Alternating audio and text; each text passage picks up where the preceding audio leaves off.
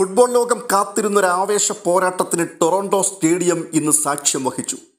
ലോകകപ്പിന്റെ ചരിത്രത്തിൽ ഇന്നേ വരെ ഒരു പോയിന്റ് പോലും നേടിയിട്ടില്ലാത്ത കാനഡ തങ്ങളുടെ സ്വന്തം മണ്ണിൽ ചരിത്രം തിരുത്തിക്കുറിക്കുവാൻ വേണ്ടി ഇറങ്ങി. മറുഭാഗത്ത് യൂറോപ്യൻ കരുത്തുമായി ബോസ്നിയയും. ശ്വാസം അടക്കി പിടിച്ചിരുന്ന് കണ്ട 90 മിനിറ്റുകൾ ആവേശകരമായ അന്ത്യത്തിലേക്കാണ് ആ കളിയെ കൊണ്ടുവന്നെത്തിച്ചത്. കാനഡയെ സംബന്ധിച്ചത് വെറുമൊരു സമനിലയായിരുന്നില്ല, അവരുടെ ലോകകപ്പ് ചരിത്രത്തിലെ സുവർണ നിമിഷമായിരുന്നു. എന്നാൽ ബോസ്നിയയ്ക്ക് ഇത് നഷ്ടബോധത്തിൻ്റെ മത്സരവുമാണ്. ഈ വീഡിയോയിൽ നമ്മൾ പരിശോധിക്കുവാൻ പോകുന്നത് ഈ മത്സരത്തിൻ്റെ കളിതന്ത്രങ്ങൾ, ഇരു ടീമുകളുടെയും ഫോർമേഷൻ, അവർ വരുത്തിയ പിഴവുകൾ, ഗോൾ കീപ്പർമാരുടെ അവിശ്വസനീയമായ പ്രകടനങ്ങൾ തുടങ്ങിയവയാണ്. ഇന്നത്തെ മത്സരത്തിലെ ഏറ്റവും പ്രധാനപ്പെട്ട സവിശേഷത എന്തായിരുന്നു എന്ന് ചോദിച്ചാൽ, ഇരു കോച്ചുമാരും കളത്തിലിറക്കിയത് 4-4-2 ഫോർമേഷനായിരുന്നു. എങ്കിലും കളിക്കളത്തിൽ ഇവർ പ്രയോഗിച്ച ശൈലി അത് തികച്ചും വ്യത്യസ്തമായിരുന്നു എന്നുള്ളതാണ്. കാനഡയുടെ ഹോം കോച്ച് അറ്റാക്കിങ്ങിന് മുൻഗണന നൽകിക്കൊണ്ടായിരുന്നു ടീമിനെ വിന്യസിച്ചത്. എന്നാൽ ബോസ്നിയയിലേക്ക് വന്നാൽ അവർ കുറച്ചുകൂടി ഡിഫൻസീവായ കൗണ്ടർ അറ്റാക്കിന് പ്രാധാന്യമുള്ള 4-4-2 ശൈലിയാണ് സ്വീകരിച്ചത്. മത്സരത്തിന്റെ ആദ്യ വിസിൽ മുഴങ്ങിയത് മുതൽ കാനഡ തങ്ങളുടെ ഹോം അഡ്വാൻറ്റേജ് മുതലാക്കുവാൻ ശ്രമിച്ചുകൊണ്ടേയിരുന്നു. തുടക്കത്തിൽ തന്നെ ജോനാഥാൻ ഡേവിഡിന് ഒരു സുവർണ അവസരം ലഭിച്ചതാണ് ബോക്സിനുള്ളിൽ വെച്ച് ലഭിച്ച പന്ത്. പക്ഷേ ബോസ്നിയൻ ഗോൾ കീപ്പർ വാസിലിന്റെ കൈകളിലേക്ക് അദ്ദേഹം നേരെ അടിച്ചു കയറ്റി. അവിടെയായിരുന്നു കാനഡയുടെ ഫിനിഷിങ്ങിലെ പോരായ്മകൾ ആദ്യം വെളിപ്പെട്ടത്. പക്ഷേ മത്സരത്തിന്റെ 20-ാം മിനിറ്റിൽ കാനഡയെ ഞെട്ടിച്ചുകൊണ്ട് ബോസ്നിയ ആദ്യ ഗോൾ നേടി. കാനഡയുടെ ബോക്സിലേക്ക് വന്ന ഒരു കോർണർ കിക്ക്, കനേഡിയൻ ഡിഫൻഡർമാർക്ക് പന്ത് ക്ലിയർ ചെയ്യുന്നതിൽ വലിയ പിഴവ് അവിടെ സംഭവിക്കുന്നു. ഇത് കൃത്യമായി മുതലാക്കി ബോസ്നിയൻ ക്യാപ്റ്റൻ സയാദ് കൊളാസിനാഗ് പന്ത് തലകൊണ്ട് ഫ്ലിക്ക് ചെയ്തു വിടുന്നു. അവിടെ കൃത്യമായ പൊസിഷനിൽ നിന്ന ജോവാൻ ലോക്കിച്ച് ഒരു പവർഫുൾ ഹെഡറിലൂടെ പന്ത് കാനഡയുടെ വലയിലെത്തിക്കുകയാണ്. Score board Bosnia 1, Canada 0. ഈ ഗോളിന് ശേഷം കാനഡ തിരിച്ചടിക്കുവാൻ പരമാവധി പരിശ്രമിച്ചെങ്കിലും ബോസ്നിയൻ ഡിഫൻസീവ് ബ്ലോക്ക് തകർക്കുവാൻ അവർക്ക് കഴിഞ്ഞില്ല. ആദ്യ പകുതി അവസാനിക്കുമ്പോൾ ബോസ്നിയ ഒരു ഗോളിന് മുൻപിലായിരുന്നു. രണ്ടാം പകുതിയിൽ കാനഡ കളി മാറ്റും എന്നുള്ളത് ഉറപ്പായിരുന്നു. അത് തന്നെ സംഭവിച്ചു. അവർ കൂടുതൽ പ്രസ്സിംഗ് ഗെയിമിലേക്ക് മാറി. കാനഡയുടെ മിഡ്ഫീൽഡർ സ്റ്റീഫൻ യുക്കാസ്റ്റിയോ കളി പൂർണ്ണമായും തന്റെ നിയന്ത്രണത്തിലാക്കുവാൻ തുടങ്ങി. എന്നാൽ ബോസ്നിയൻ പ്രതിരോധം കാനഡയുടെ വിങ്ങർമാരായ ബുഖാനനെയും മില്ലറെയും വരിഞ്ഞു മുറുക്കിക്കളയുന്ന കാഴ്ച പല ആവർത്തി കണ്ടു. തുടർന്ന് കളിയുടെ 54-ാം മിനിറ്റിൽ ഗോളെന്നുറപ്പിച്ച ഓരോ അവസരങ്ങൾ ഇരു ടീമുകൾക്കും ലഭിക്കുന്നു. പക്ഷേ ഗംഭീരമായ സേവുകളിലൂടെ ഇരു ടീമുകളുടെയും ഗോളിമാർ ഗോൾ വല സുരക്ഷിതമായി സൂക്ഷിക്കുന്നു. തുടർന്ന് കണ്ടത് കളിയുടെ 75-ാം മിനിറ്റിൽ ഒരു നിർണായകമായ നിമിഷം പിറവികൊള്ളുകയാണ്. അത് കാനഡയുടെ കോച്ച് ഒരു വലിയ ചൂതാട്ടത്തിന് മുതിർന്നു എന്നുള്ളതായിരുന്നു. കാനഡയുടെ ഏറ്റവും പ്രധാനപ്പെട്ട കളിക്കാരനായ മില്ലറെ പിൻവലിച്ചിട്ട് ഫോർവേഡ് നിരയിലേക്ക് കെയ്ൽ ലാറിനെ സബ്സ്റ്റിറ്റ്യൂട്ടായി ഇറക്കിവിട്ടു.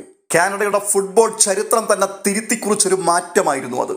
അദ്ദേഹം കളത്തിലിറങ്ങി കൃത്യം 2 മിനിറ്റ്, അതായത് 77-ാം മിനിറ്റിൽ ടൊറോണ്ടോ സ്റ്റേഡിയത്തെ ഭ്രാന്തു പിടിപ്പിച്ച ആ ഗോൾ പിറന്നു. പ്രോമിസ് ഡേവിഡ് നൽകിയ ഒരു മനോഹരമായ ത്രൂ പാസ്.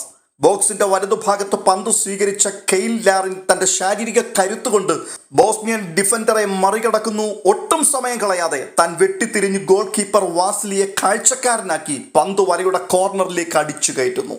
ആ ഒരു ഗോൾ കാനഡയുടെ ചരിത്രത്തിലെ ഏറ്റവും വിലപ്പെട്ട വേൾഡ് കപ്പ് ഗോളായിരുന്നു. സ്കോർ സമനിലയിലായെങ്കിലും ഇരു ടീമുകൾക്കും കളി ജയിക്കുവാനുള്ള സുവർണ അവസരങ്ങൾ വീണ്ടും വീണ്ടും ലഭിച്ചുകൊണ്ടേയിരുന്നു. ഈ മത്സരത്തിലെ ചില പ്രധാനപ്പെട്ട പിഴവുകളും നഷ്ടപ്പെടുത്തിയ അവസരങ്ങളുമാണ് ഇനി പറയുവാൻ പോകുന്നത്. ആദ്യം കാനഡയുടെ ഭാഗത്തുനിന്നുണ്ടായ പിഴവുകൾ, അത് സെറ്റ് പീസ് ഡിഫൻസിംഗ് ആയിരുന്നു. ബോസ്നിയയുടെ ഗോൾ വന്നത് കോർണർ കിക്കിൽ നിന്നാണ്. സെറ്റ് പീസുകൾ മാർക്ക് ചെയ്യുന്നതിൽ കാനഡയുടെ സെന്റർ ബാക്കുകൾക്ക് സംഭവിച്ച അശ്രദ്ധ അതിന് വലിയ വിലയായിരുന്നു അവർ കൊടുക്കേണ്ടി വന്നത്. അടുത്തത് ഫിനിഷിങ്ങിലെ പോരായ്മ. ജോനാഥാൻ ഡേവിഡിനും ഒലുവാസയ്ക്കും ലഭിച്ച 3ഓളം വ്യക്തമായ അവസരങ്ങൾ അവർക്ക് ലക്ഷ്യത്തിലെത്തിക്കുവാൻ കഴിഞ്ഞില്ല. ഗോൾ എന്ന് സകല ആരാധകരും മനസ്സിൽ ഉറപ്പിച്ച അവസരങ്ങൾ, മുൻപിൽ ഗോളി മാത്രം നിലനിൽക്കുന്ന സാഹചര്യം, അവിടെയൊക്കെ കാനഡയ്ക്ക് പിഴച്ചു. ഇനി ബോസ്നിയയുടെ ഭാഗത്തെ പിഴവുകൾ പറഞ്ഞാൽ രണ്ടാം പകുതിയിലെ തളർച്ചയായിരുന്നു. ആദ്യ പകുതിയിൽ കാണിച്ച ആ അച്ചടക്കം രണ്ടാം പകുതിയിൽ നിലനിർത്തുവാൻ ബോസ്നിയൻ താരങ്ങൾക്ക് കഴിഞ്ഞില്ല. കാനഡയുടെ സബ്സ്റ്റിറ്റ്യൂട്ടുകളുടെ വേഗതയെ തടയുവാൻ അവരുടെ പ്രതിരോധ നിരയ്ക്ക് കഴിയാതെ വന്നു. കളി തീരുവാൻ മിനിറ്റുകൾ മാത്രം ബാക്കി നിൽക്കെ കാനഡയുടെ ഒരു ഷോട്ട് ബോസ്നിയൻ ക്യാപ്റ്റൻ സയാദ് കൊളാസിനാഗ് ഗോൾ ലൈനിൽ നിന്നും ക്രോസ് ബാറിലേക്ക് തട്ടി അകറ്റിയാണ് ബോസ്നിയയെ പരാജയത്തിൽ നിന്നും രക്ഷപ്പെടുത്തിയത്. ഇല്ലായിരുന്നുവെങ്കിൽ ബോസ്നിയ ഇന്ന് തോൽവി വഴങ്ങേണ്ടി വന്നേനെ.